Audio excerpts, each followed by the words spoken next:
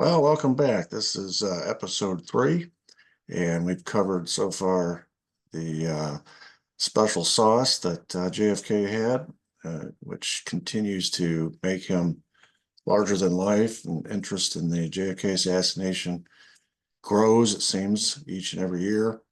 Doesn't seem to fade away like people thought it would after 60 years. Interest is still high. And then we covered the reason that JFK was going to Texas, why he was making the trip to begin with, and that was the subject of episode 2. And today we're going to look at episode 3, which is, of course, the question, why Dallas? And you can read this question a couple different ways. Why would he be going to Dallas, which is part and parcel with the reason why he went to Texas. But the other way you can read this question is, why is Dallas so hostile? What is it about Dallas that makes it's such a hostile environment for President Kennedy? And I thought I'd start with these two posters. Well, actually, one's a poster. The top one was actually a advertisement. It was taken out as an ad by the John Birch Society, full page ad in the Dallas Morning News on the day that he arrived in Dallas. And at first glance, it looks like a welcome wagon for President Kennedy and his wife. But as you read it, you realize quickly it's hostile. It's a series of questions. Why have you done this? Why have you done that? And basically, the conclusion is, the way the questions are worded, and is that JFK has sold out the country. And so this is not a welcome mat to Mr. Kennedy. It's more of a confrontation to President Kennedy. Of course, he expects this, as we will see in a minute. The bottom picture is a poster, and this was posted up all over the city of Dallas on the day he arrived. And this one did not make any efforts to disguise their intentions. They've got a front view, a side view, kind of like you would see in a mugshot, with a somebody who's been accused of a crime at the arraignment, making him look guilty, or at least a subliminal message of guilt, and 7 accusations of treason. And so this is what is waiting for President Kennedy and his wife when they get off the plane at Love Field. A full page ad in the Dallas Morning News, and posters posted up all over town on billboards, on telephone poles, storefronts, glass windows, bulletin boards, etc., etc. It was everywhere. Both of these, by the way, were financed by the John Birch Society, which is an ultra-white right-wing group that was constantly opposing President Kennedy. A few other things that make this a harrowing stop in the Texas trip. George Dealey is the namesake for the plaza, which is where John F. Kennedy will end up being shot. It's the center of Dallas. It's named after the former publisher of the Dallas Morning News. You see his statue there. And Ted Dealey, his son, is now running the paper, and he is not a fan of JFK, and he has made no bones about it. At a speech in front of the president earlier in JFK's presidency, he had said publicly, quote, "We need a man on horseback to lead this nation, and many people in Texas and the Southwest think that you are riding Caroline's tricycle," questioning President Kennedy's, obviously, his loyalty to America, but also his manhood. And this is the plaza, ironically or not, where JFK ends up being shot. And so not that Ted Dealey was in on the plot, but it just shows a climate that is not very hospitable. In 1960, with a Texas native son on the ticket, in fact, LBJ had gone down into Dallas to campaign, and he'd taken his wife, Lady Bird. These are well-known Texas figures. So this isn't JFK and Jackie. This is LBJ and Lady Bird. And while they were in Dallas, they were spit on. and a bunch of ladies in a group they call the Mink Coat Mob. These are right-wing women that accosted LBJ and his wife in the lobby of the Adolphus Hotel. You can see in the picture on the left, these folks are holding up signs calling LBJ a sellout. The sign in the background, you can just barely make out first three letters, J-U-D, which is Judas, and they're calling him a Judas. And then over on the right-hand side, you see LBJ is a traitor. One of these ladies actually started beating some of the Secret Service people that were protecting LBJ and his wife, hitting them over the head with their signs. And I mean, these are women, and they did not like John F. Kennedy, and they were especially mad at their own native son who had linked up with John F. Kennedy, and that viewed him a traitor. Billy Graham, a noted evangelist, had been in Dallas recently, and he had warned JFK not to go to Dallas. He says, you can go to Texas, just don't go to Dallas. It's not a friendly place for you. Senator William Fulbright, very prominent U.S. senator from the state of Arkansas, who's in charge of the Foreign Relations Committee, told JFK, Dallas is a very dangerous place. Don't you go. His point was, send somebody else. Send an emissary. Send somebody in your place, but don't you go. Nothing good will come of that. United Nations ambassador, Adlai Stevenson, who was, like Kennedy, kind of viewed as a Northeastern liberal, had been accosted by an unruly Dallas mob 3 weeks before JFK went to Dallas. So this is not, some of the earlier instances happened in the election year 1960 and thereabouts, but this was 3 weeks before JFK went. So the feelings had not tapered off. He was actually struck over the head with a picket sign that read, if you seek Jesus or peace, ask Jesus. And his car was rocked. There was a tenuous moment, Adlai Stevenson said, where he honestly thought he wasn't going to make it out of there. And these are all warning signs to the Kennedy campaign, all those that were arranging this trip. Of course, LBJ is fully aware of this, so is John Connally. And they are keeping up the pressure, as we learned in the last episode, to get Kennedy and his campaign down to Dallas. So another factor in this, as we find out later, is who's the mayor. The mayor is pictured there on the far left. His name is Earl Cabell. Earl Cabell is brothers with a guy named General Charles Cabell, pictured on the far right. General Charles Cabell had been one of the top three in charge of the CIA. He was under Allen Dulles and Richard Bissell, and those three had been responsible for all the planning that went into the Bay of Pigs invasion. And when the Bay of Pigs invasion failed and all the blame fell on Kennedy, Kennedy was furious. He took the blame publicly, but privately he said, I want to dash the CIA into 1,000 pieces and scatter it to the winds. He knew he'd been lied to and deceived by the CIA. He'd been set up. And this wasn't the first time they'd lied to him. During the campaign, they lied and said we had a missile gap. Found out later we weren't trailing the Soviets in missiles at all. We had more than they did. It was an out and out lie.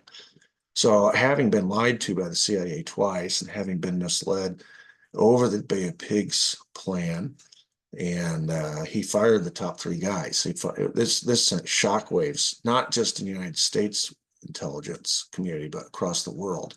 And so he fired Allen Dulles, who later is involved in the Warren Commission to investigate the assassination.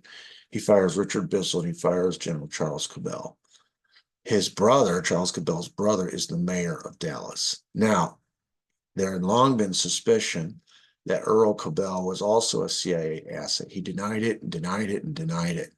We didn't find out until years later that indeed he was in the CIA and was an asset for the CIA and had been for years. A 201 file in one of these many Kennedy assassination dumps of documents, we found this document that showed that and it's included there in the middle picture, a 201 file, which is a personnel file indicating that Earl Cabell had been a CIA asset since 1956. So this is 1963 we're talking about. So he was in his 7th year as a CIA asset. And of course, his brother was the number 3 ranking CIA man who had been fired by Kennedy. So this comes into play when you start talking about the changing of the motorcade route. Earl Cabell was involved in that. And then some of the hanky-panky that went on with the Dallas police after the shooting. So JFK does not have a friend waiting for him. He might smile and shake his hand, but he's not a friend. Another interesting dynamic about Dallas is this man in the top right-hand picture. You see him. I move my face here. You see my cursor. His name is General Edwin Walker. This is where he lives. General Edwin Walker had already had 2 run-ins with JFK. First, when he was stationed in Europe and JFK had just become president, it became known to Kennedy and his brother Bobby that Edwin Walker was proselytizing his troops while in command of a base in Germany. And turns out he was a John Birch Society member. He was very conservative, and he was trying to disseminate information to his troops that would influence their voting patterns. He was, and Kennedy fired him. Kennedy fired him for that. And so he came home and was, as you can see in the bottom picture, he was welcomed by a lot of supporters in Dallas at the airport who began talking to him about, trying to persuade him to run for president against JFK in 64. He would be a Democrat. And he would run in the Democrat primary against JFK. And it was presented in such a way, kind of like Truman and MacArthur, when Truman didn't want to bomb China and MacArthur did. And the government sided with Truman and the American people kind of sided with MacArthur. Well, in this case, Texans, and this is what matters because this is where JFK gets assassinated, Texans decidedly were in favor of Edwin Walker. And he lived in Dallas. Well, the second confrontation was in Oxford, Mississippi, which is the civil rights issue when James Meredith tries to enroll at Ole Miss in 1962. And remember the whole situation. Ole Miss didn't want to let him in, even though Brown versus Board of Education had been decided 8 years earlier by the Supreme Court, eliminating or saying that segregation in public schools is illegal. Ole Miss is a state institution, thus it is a public school, and James Meredith should have been admitted, but Ole Miss didn't want to let him. So in that situation, if you know the story, JFK sent down the federal troops to enforce the law. James Meredith was admitted over the objections of the local population, over the objections of the Mississippi governor, over the objections of the state Democrat Party, over the objections of the student body, over the objections of General Walker, who went to Oxford and stirred the pot. He gave speeches. Next thing you know, we had a standoff with the troops. Rocks were thrown, fires were started, a riot occurred, people got hurt. And for a brief time, General Walker was even arrested by Bobby Kennedy, the Attorney General, for causing an insurrection. He was released in fairly short order, but he was arrested for this. So we've had 2 altercations now between General Edwin Walker and JFK, one in Europe and the other in Oxford, Mississippi.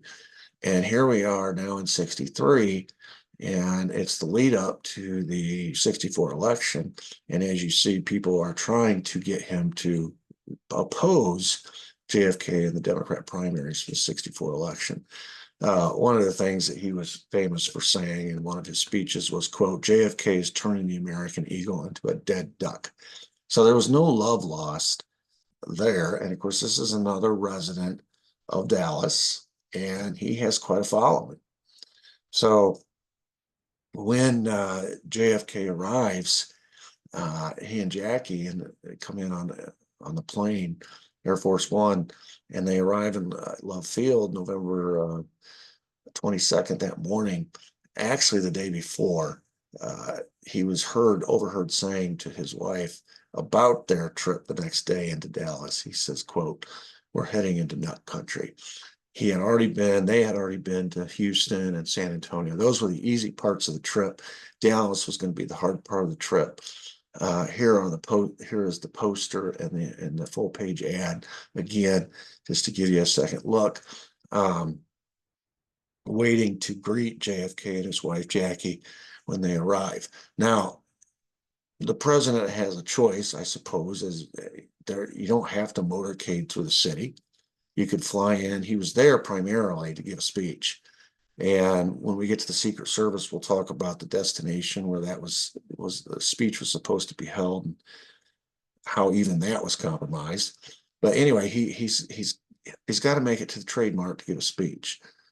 But as is his wont, he wants to go through the city and see the people, or let the people see him, and especially Jackie, on the way to the speech. And there are ways you can do this.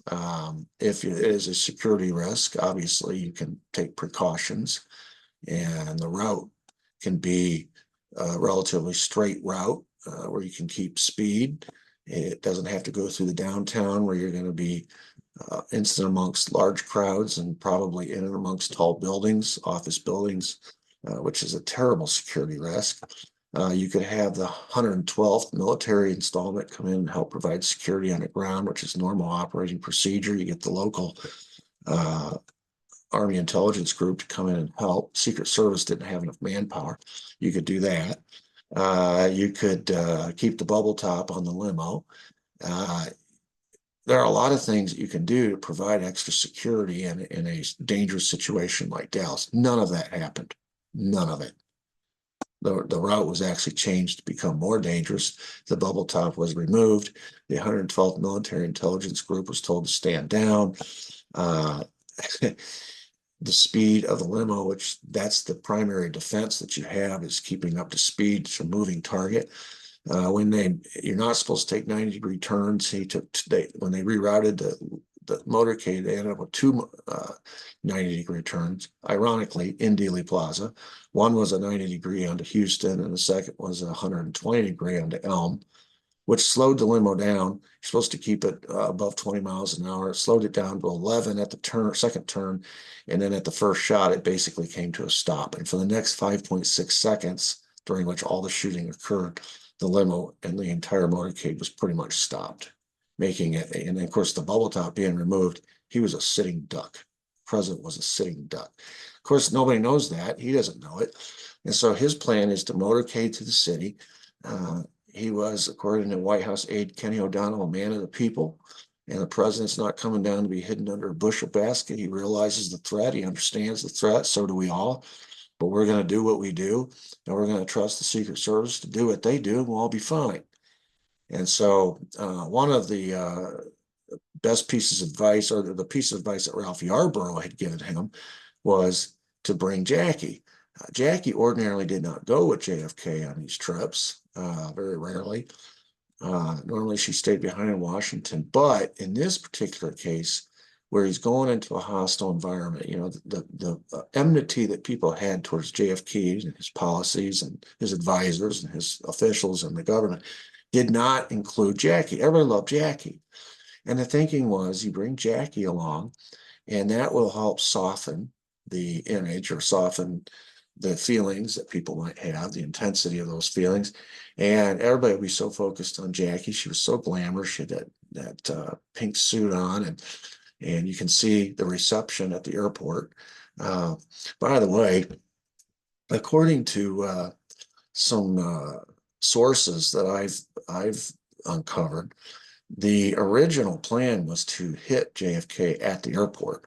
But as you can see, the crush of the crowd was so great, it was impossible to make that happen. So they actually had alternate locations. The first location was the airport, and when that didn't work, they moved to plan B, which was Dealey Plaza, which did work. If it hadn't, plan C was to get him at the Trade Mart. When I show you the inside view images of the trademark, you'll see how easily that would have been accomplished. And then plan D was if all of the above failed and they didn't get him in Dallas, the next day he was scheduled for a picnic, an all-day picnic on the grounds at LBJ's Ranch. And they were going to get him at LBJ's Ranch. The goal was that JFK would not get out of the state of Texas alive. And so they had plans, and then they had backup plans, and they even had backups to the backup plans. So here again, they had just arrived in Love Field. It had rained all evening and not the preceding night, but that morning the rain had gone away, the sky was blue, the sun was out, and it was 70 degrees, which is unusual for November 22nd, even in Texas. It was nice out, and that was the excuse given to remove the bubble top. By the way, Jackie requested that the bubble top not be removed because there were puddles on the street and she was afraid she'd get splashed. And they removed it anyway, against her wishes. So those are some of the things facing JFK as he and his wife as they arrive in Dallas. A lot of those are known. Some of those are unknown, but the courage that JFK exhibited just by going to Dallas, it'd been very easy to skip that last leg of the trip. They had already had a successful Texas trip, but he said, no, we're going. I'm a president of all the people of the United States, not just the cities that voted for me. So he went to Dallas. Thank you. We'll see you next time.